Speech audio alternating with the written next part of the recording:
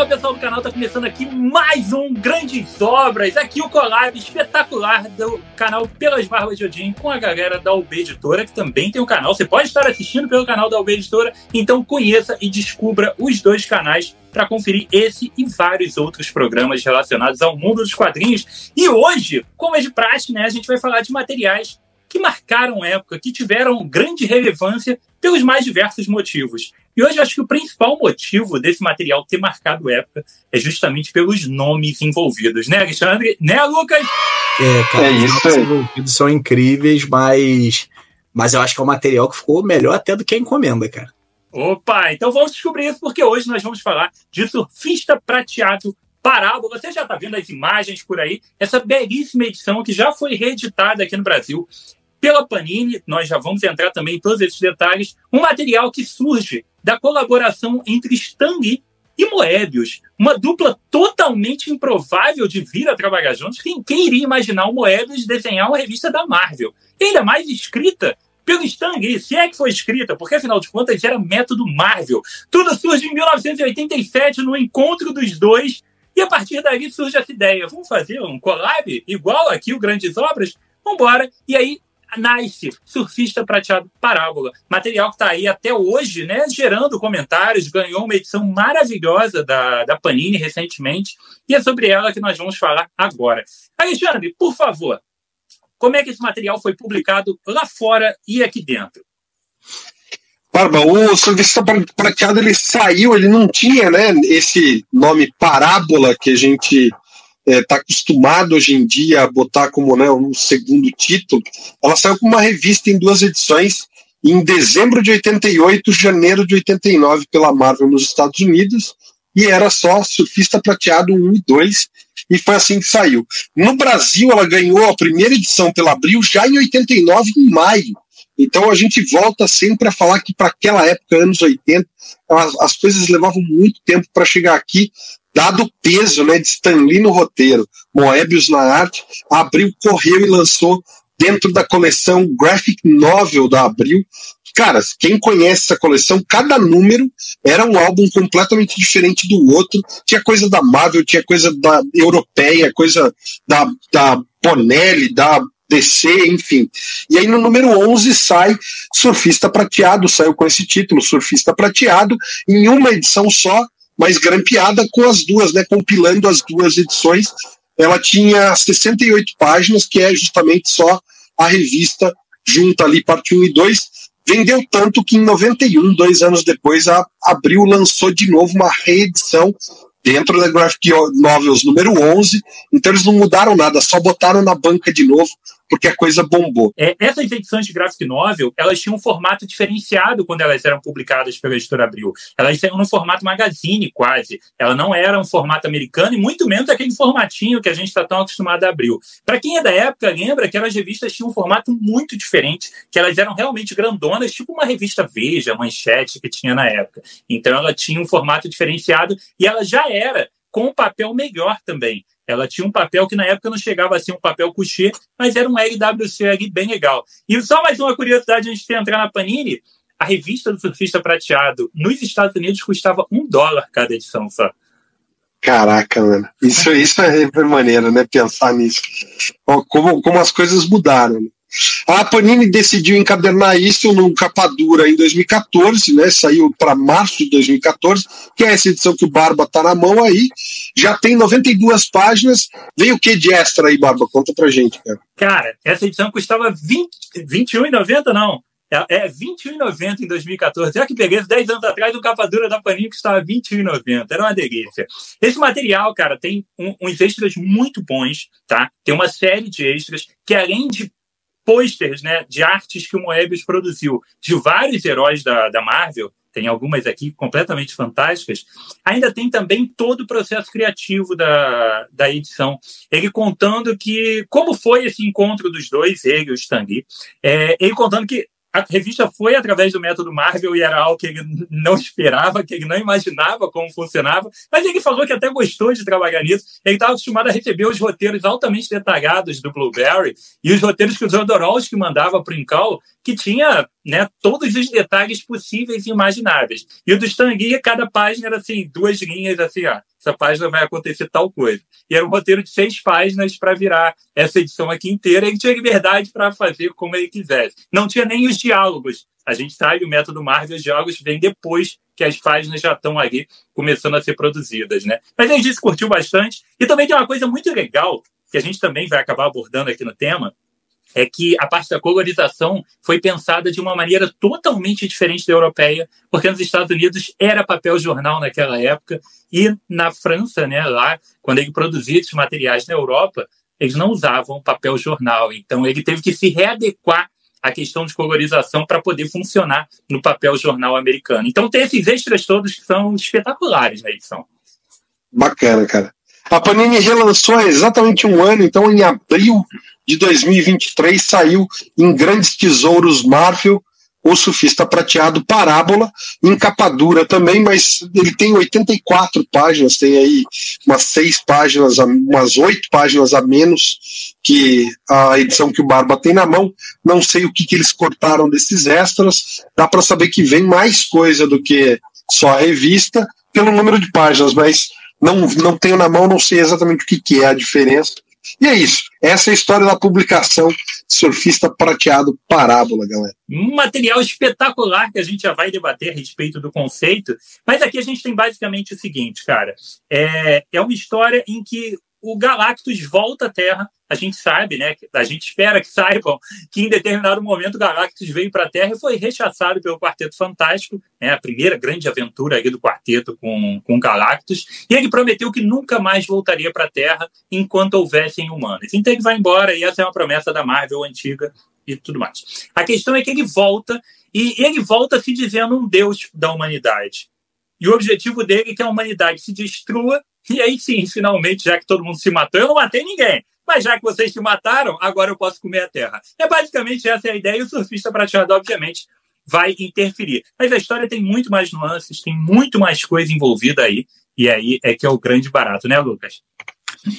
Cara, é legal a gente dizer que assim, o surfista ele já é um personagem diferente meio que por natureza, né? Ele não é o cara empolgado que tá de colã ou etc. Ele tem uma carga de pesar ali que não é comum você ter. Ele é muito introspectivo, ele gosta de ficar sozinho, né? Gosta de verdade, não é igual o Batman que diz que gosta de ficar sozinho e tem 30 sidekicks, né? Ele quer ficar sozinho de verdade.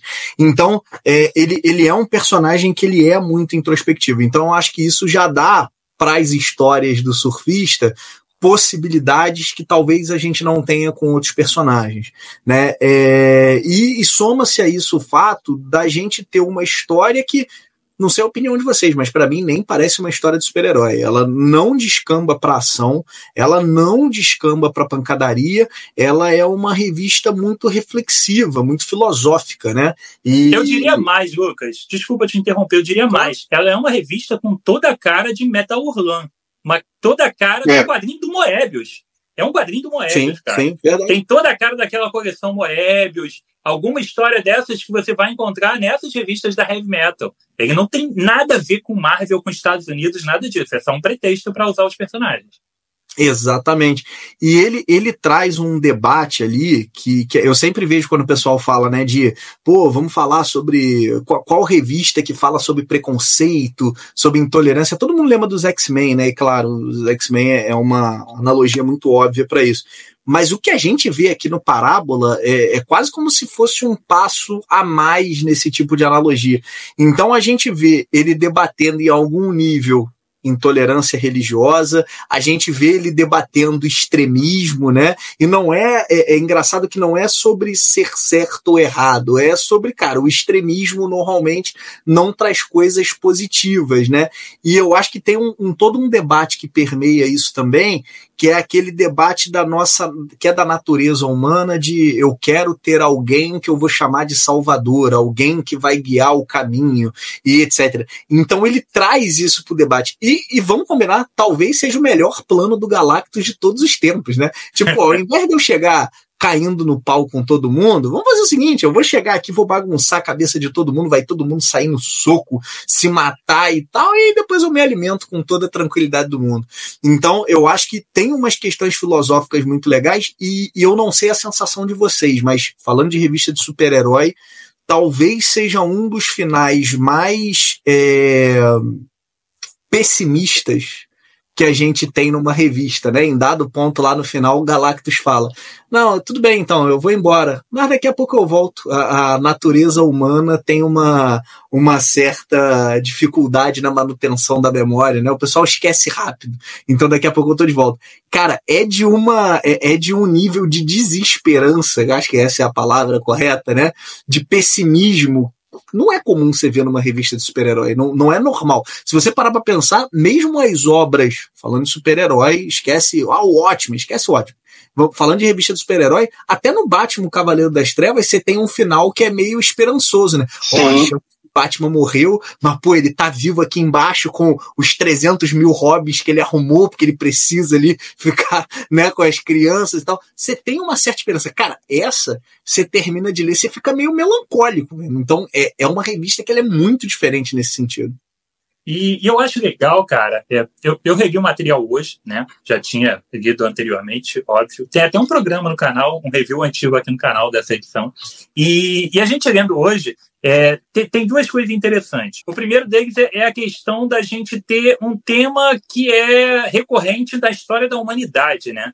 Que é a questão do conflito religioso. Isso aí é uma coisa que não para, né? Isso aí continua e a gente vive esse problema até hoje. É péssimo, complicadíssimo, e a gente está vivendo isso na televisão hoje. O outro ponto, cara, é que, só uma analogia curiosa, que a gente tem uma série que a gente até mencionou aqui recentemente nos programas do canal, que é o problema dos três corpos. Mostra justamente o conflito da humanidade quando ela acha que tudo pode ir para o saco, ela simplesmente se deteriora, né? E começam revoltas e matanças, e o caos reina, mesmo ainda estando... Peraí, é a possibilidade de acabar num futuro. Não, vamos fazer o caos total agora. Então, é curioso a gente ver que esses temas e essas atitudes, essas ações, elas são realmente inerentes à humanidade, né? Então, o Surfista Prateado Parábola só reforça isso e trabalha o que a gente já está acostumado a ver. Alexandre quer falar, né? Não, eu ia falar que eu estava pensando justamente no problema dos três corpos, cara, porque eu acho que tem essa coisa da relação do ser humano com essa questão transcendental, né, do tipo de ter poderes além da gente, será que existem, não existem, e todo o conflito que vem disso, né, como o Lucas falou, sem extrair juízo de valor se é certo, se é errado, se é bom ou se é ruim, mas até que ponto as pessoas elas estão preparadas para defender as suas crenças, seja ela a favor ou contra deuses e anjos e o caramba. Então, eu acho que é uma baita reflexão pesada.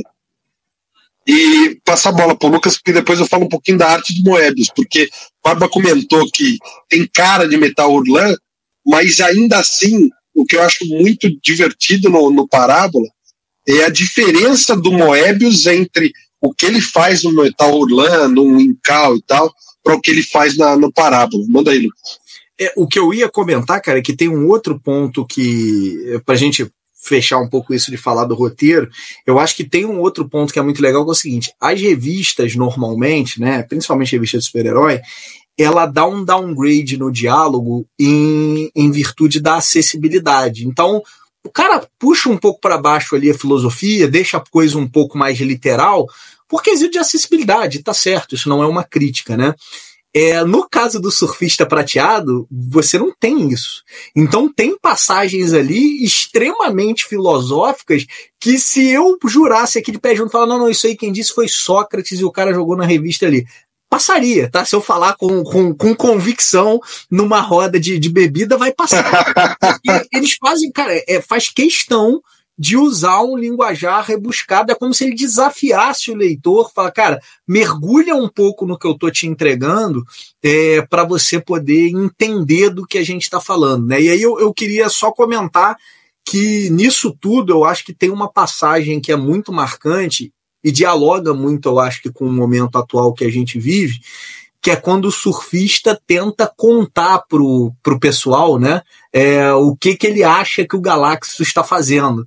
E, cara, ele começa a falar e o pau já começa a quebrar, porque a galera não quer ouvir o que ele tem a dizer. Que não, assim, o quê? Você tá falando contra o nosso Deus Salvador? Vamos te arrebentar no soco, né? Vai tomar surra de botada na cara.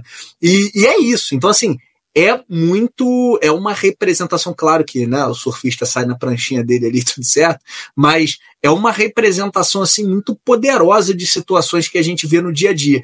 E é bizarro, a gente está falando do material da década de 80, que tem um nível de profundidade muito maior do que outros materiais de super-heróis, especialmente quando a gente entra no mainstream.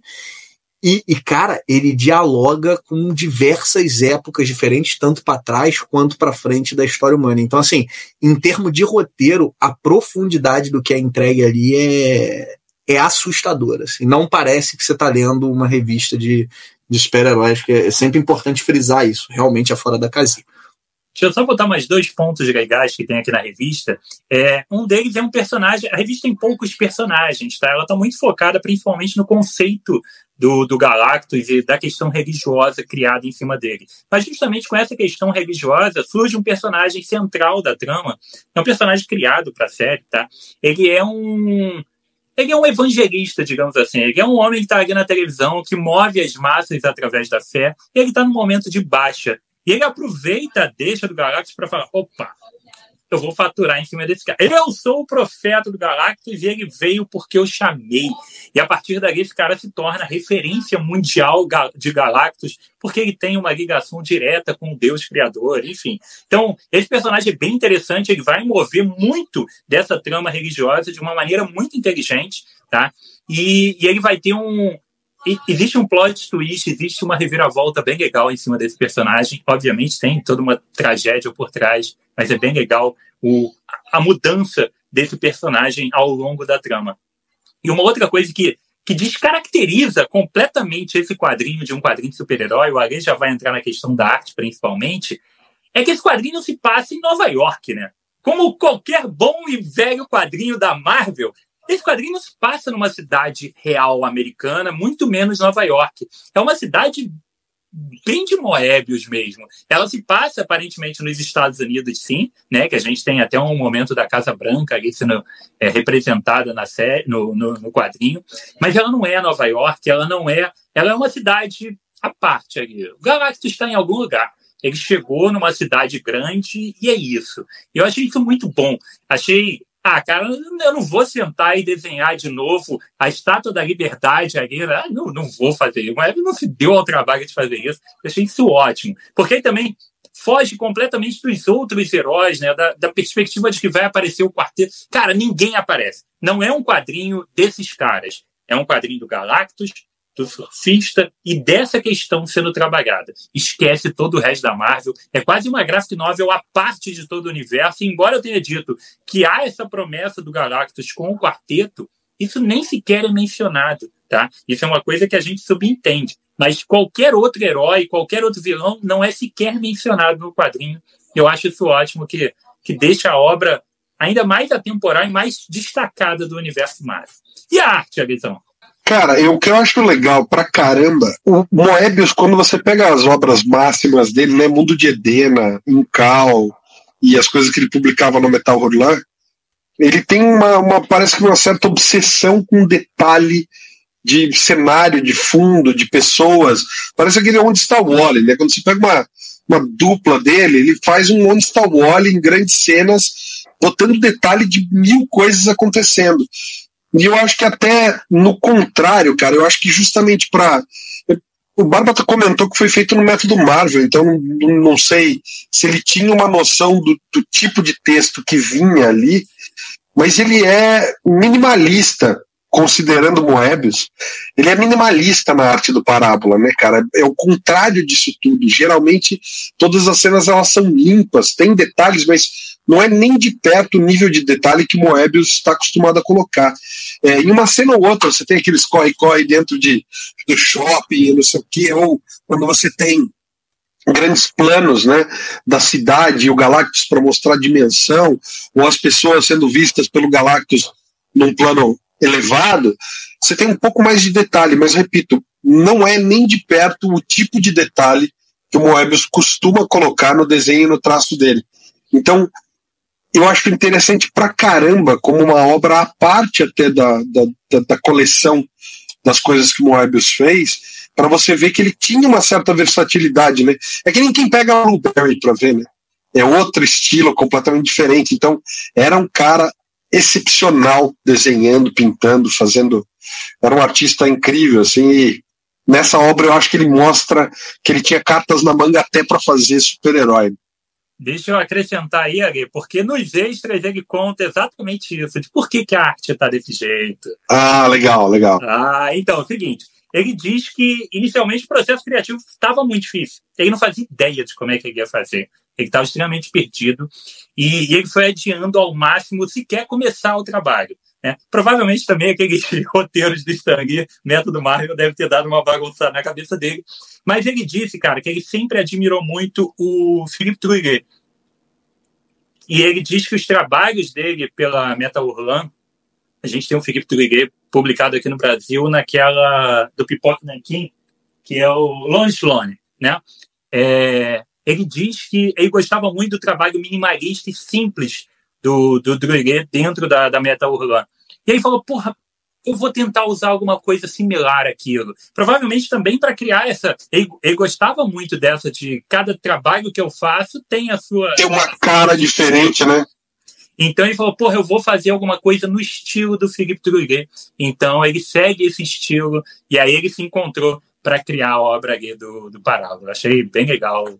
E tem tudo isso no texto, tem todos os textos do Moebius explicando todo o processo criativo do Parábola. Então, é uma edição que realmente vale muito a pena. Tanto essa, se você conseguir encontrar, provavelmente a Marvel Treasury também, né?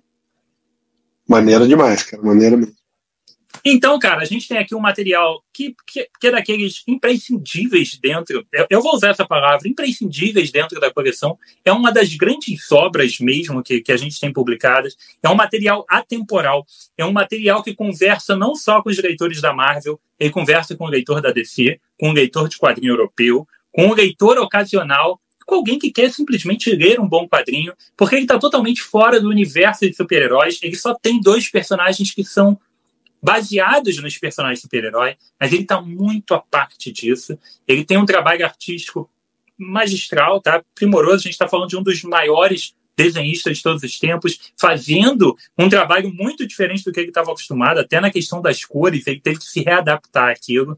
Então é daquelas obras que realmente merecem aqui o nosso quadro, grandes obras com todos os méritos e o louvor possíveis, né? Alguém quer deixar um último comentário aí a respeito da obra? Eu queria fazer uma pergunta, Barba, na verdade, só pra gente botar uma pimenta aí nesse final de programa. Opinião de vocês, é o melhor quadrinho do Surfista Prateado? Sim. Cara, eu diria que sim. Eu li pouca coisa, mas então não sou referência. Mas eu diria que sim.